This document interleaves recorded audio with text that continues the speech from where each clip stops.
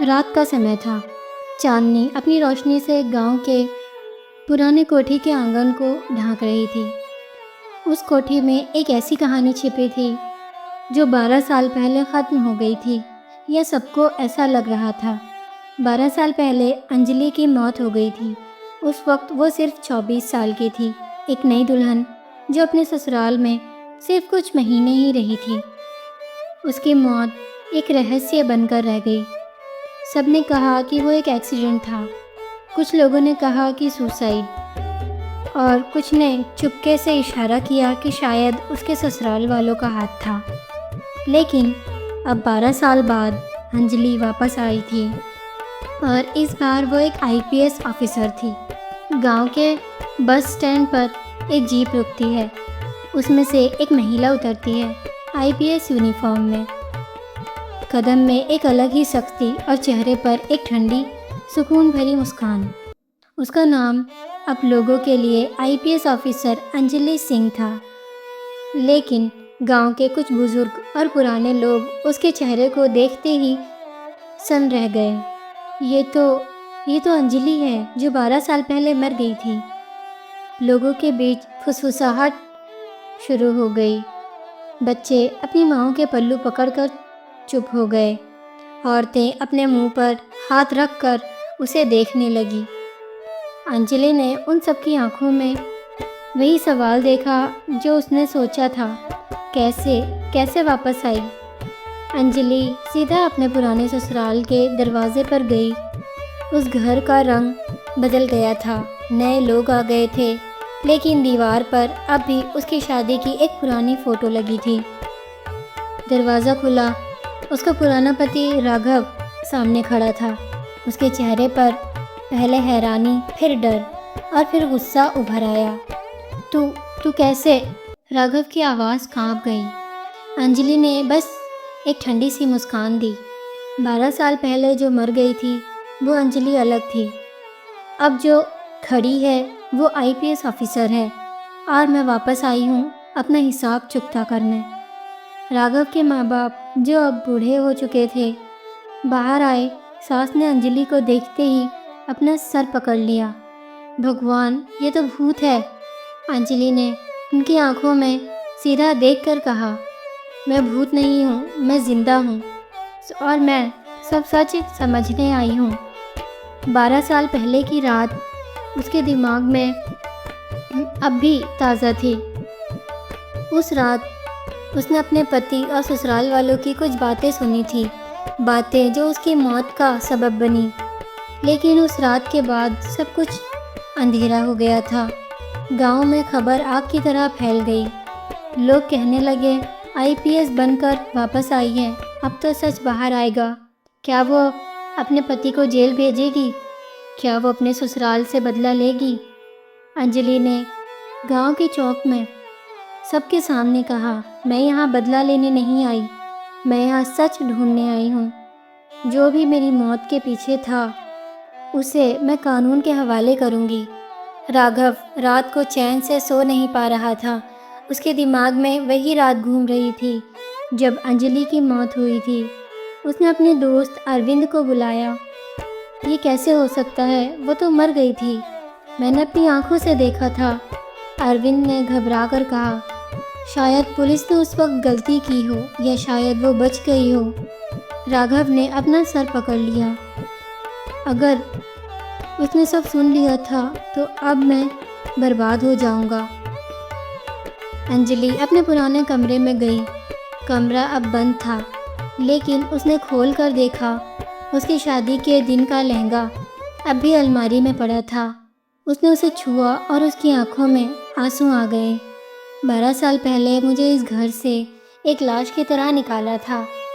अब मैं वापस आई हूँ इंसाफ के लिए।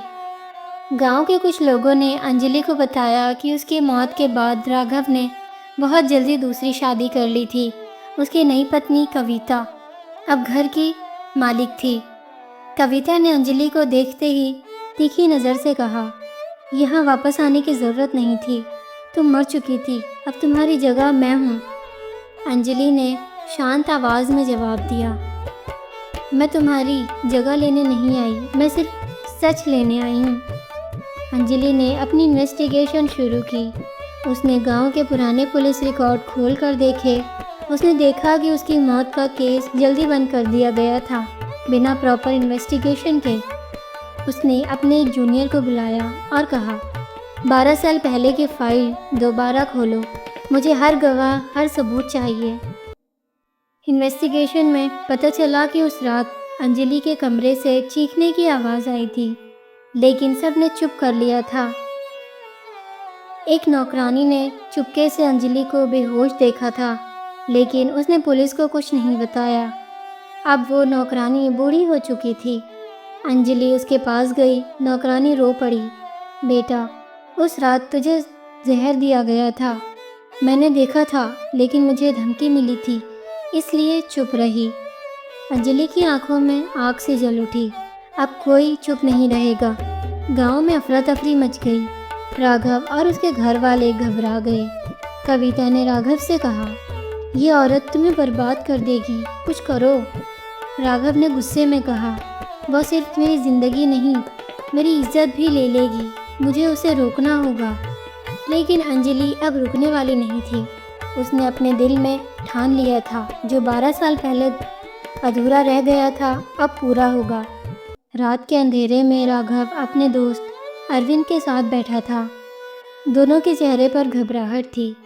वो सब कुछ जान गई है अरविंद, राघव ने थरथराती आवाज़ में कहा। अरविंद ने सिगरेट सुलगाते हुए बोला, अभी सब कुछ खत्म नहीं हुआ। अगर वो सबूत कोर्ट तक ले गई तो तुम्हारी ज़िंदगी बर्बाद हो जाएगी। तुम्हें उसे रोकना होगा। राघव ने अपनी मुट्ठी कस ली। इस बार मैं गलती नहीं करूँगा। अंजलि अपने पुलिस क्वार्टर्स में बैठी थी। उसके सामने पुराने डॉक्यूमेंट्स, गवाहों के बयान और फॉरेंसिक रिपोर्ट्स बिखरे पड़े थे। उसने अपने जूनियर से कहा, 12 साल पहले मुझे जहर दिया गया था, लेकिन कोर्ट में उसका जिक्र ही नहीं है। मतलब या तो रिपोर्ट बदल दी गई है या फिर किसी ने जानबूझकर सबूत मिटा दिए। जूनियर ऑफिसर ने पूछा, मैडम अब क्या करना है? अंजलि की आंखों में एक ठंडी आग जल रही थी।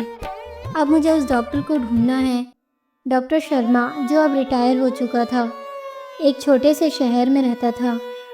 अंजलि उसके घर गई। डॉक्टर ने पहले डर के मारे कुछ नहीं कहा, लेकिन जब अंजलि ने उसे अपनी यूनिफॉर्म दिखाई तो वो रो पड़ा। बेटा, मुझे मजबूर किया गया था। मुझे धमकी मिली थी कि अगर मैंने सच लिखा तो मेरी फैमिली को मार दिया जाएगा। तुम्हारे खून में जहर था, लेकिन मुझे रिपोर्ट में हार्ट अटैक लिखने को कहा गया। अंजलि ने उसके कंधे पर हाथ रखा। अब वक्त आ गया है कि तुम सच बोलो। कोर्ट में गवाही दोगे? डॉक्टर ने हाँ में सिर हिला दिया। राघव की दूसरी पत्नी कविता अब घबरा गई थी। उसने राघव से कहा, मैं तुम्हारे साथ नहीं डूबने वाली। अगर तुमने मुझे भी इसमें घसीटा तो मैं सब कुछ बोल दूंगी। राघव ने उसकी तरफ घूर कर देखा। अगर तुमने ज़ुबान खोली तो तुम भी बच नहीं पाओगी। कविता ने पहली बार महसूस किया कि जिस आदमी से उसने शादी की थी वो एक शैतान था। अंजलि ने गांव के लोगों को बुलाया। चौक में सब जमा हुए।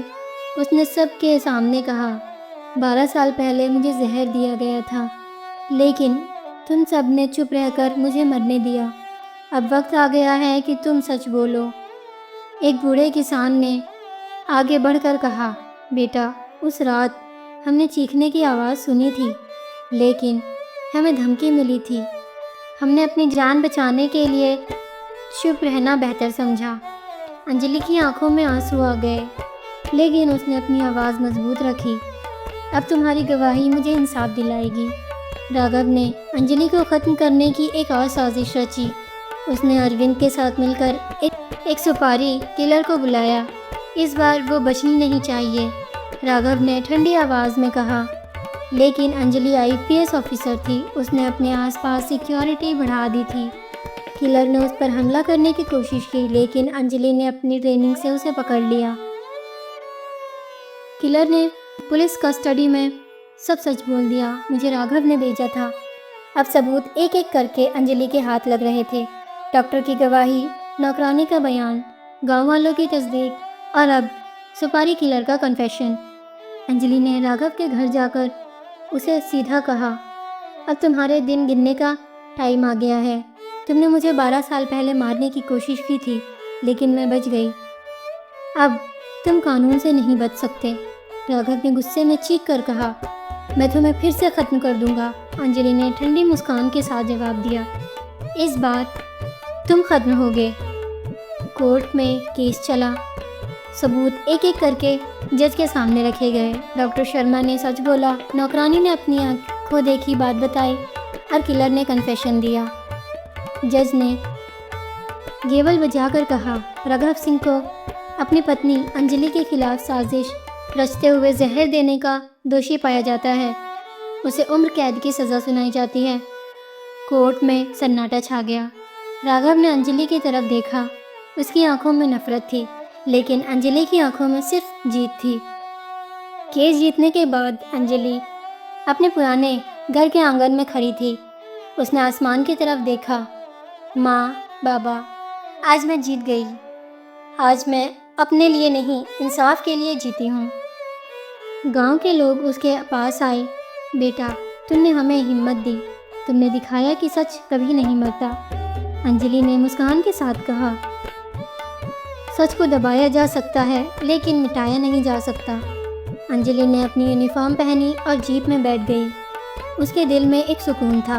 12 साल पहले जो कहानी मौत पर ख़त्म हो गई थी, अब इंसाफ पर ख़त्म हुई थी। उसने अपने दिल में कहा, मैं आईपीएस ऑफिसर हूँ। मेरा फ़र्ज़ है कि मैं सच के लिए लड़ूं, और ये लड़ाई कभी ख़त्म नहीं होगी। जीप धूल उड़ाते हुए गांव से बाहर निकल गई। पीछे एक कहानी छोड़ गई। एक ऐसी कहानी जो सबको याद दिलाती रहेगी कि इंसाफ देर से मिलता है, लेकिन मिलता ज़रूर है।